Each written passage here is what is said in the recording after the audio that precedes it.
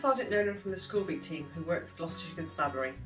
Many of your children have met us as we deliver subjects in their school. Some of the many subjects that we deliver includes internet safety and online relationships. For Safer Internet Day, the SchoolBeat team have put together a video offering guidance to parents for their children's online safety. Online life and offline life. For many of us, we see our online lives and offline lives as different, but children are growing up with technology and the internet. For them, there isn't a difference. Online life and offline life are just life. Technology can move at an extraordinarily fast pace, and it can be difficult to know how to start talking to your child about what they're doing online, who they might be speaking to, or discussing the potential risks and issues. Starting the conversation. Talking regularly with your child is the greatest tool to help keep them safe online. Talking regularly and making it part of daily conversation, like you would about their day at school, will help your child feel relaxed. It also means when they do have any worries, they're more likely to come and speak to you. But it can also be easy to become overwhelmed with the different technology, the language that children use, the huge number of games and apps which are available, and the potential risks. Age-appropriate conversation.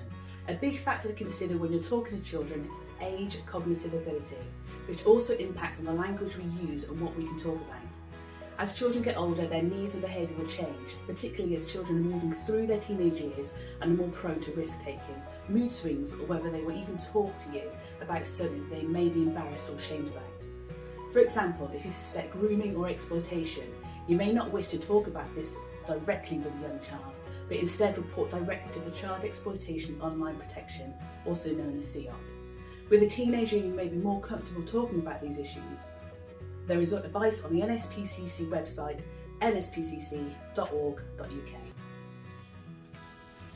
Tackling difficult conversations. Some conversations are going to be more difficult than others, but it's so important to have these open and honest conversations so you can help your child with any worries or issues they might be facing online.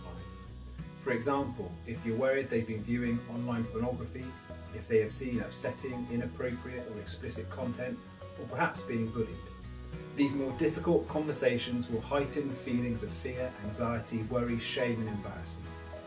As with any conversation, it is important that we try to stay calm, balanced and non-judgmental. If it's something that has made you angry, fearful or concerned, don't tackle it straight away if possible. Those feelings would affect the way we talk. Take a little time and if possible, talk to someone else about it. Your child's school can be a great source of information, particularly the class teacher and the designated safeguarding lead. Don't be too forceful, otherwise there is the risk that they will close down. Consider a subtle approach instead of a head-on approach. For example, you could ask if the subject was discussed at school and what they learn about it, or it could be something that has been on the TV or you heard about it on the radio. Keep listening, try not to interrupt, even if there is a period of silence. They may be trying to think of how to word something. Provide context. Allow them to understand why some things are wrong, age inappropriate or even illegal. In order to critically think and assess, they need information. Remind them of their family values. Some parents may think that something is okay for their children, but explain why you don't think it is inappropriate for your child. Children often talk of being punished. For example, if they open up to you and say that they have seen explicit content by accident, they are fearful of their devices being removed from them. This is seen as punishment and consequences for something that was out of their control. This is a judgment call that needs to be carefully handled. How could my child feel talking about online safety? For children, online life is life. It can help to think about how your child could feel sharing what they're doing online before you talk to them. There could be a range of different emotions, such as discomfort or embarrassment about something they've said online, shame or fear if they're worried about something they've seen or done, annoyance or confusion if they don't understand something, or happiness because they've received validation for what they've posted, such as likes or follows. Next steps to take. Having a good conversation with your child can give you a good insight into their online activities so that you can consider, are there further options such as parental controls required? Are the games and apps they're using appropriate for their age? Have a conversation and agree some rules with your child. about what games and apps they are allowed to use. While there are risks with most online platforms, we recommend only letting your child use apps that have privacy settings and a report and block feature. Do they know about the safety and privacy features of the apps they're using?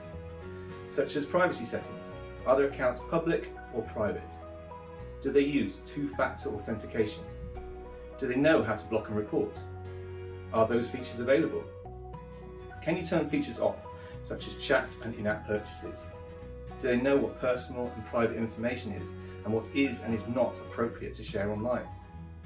What are their profiles on their games and apps? What does the profile say about them?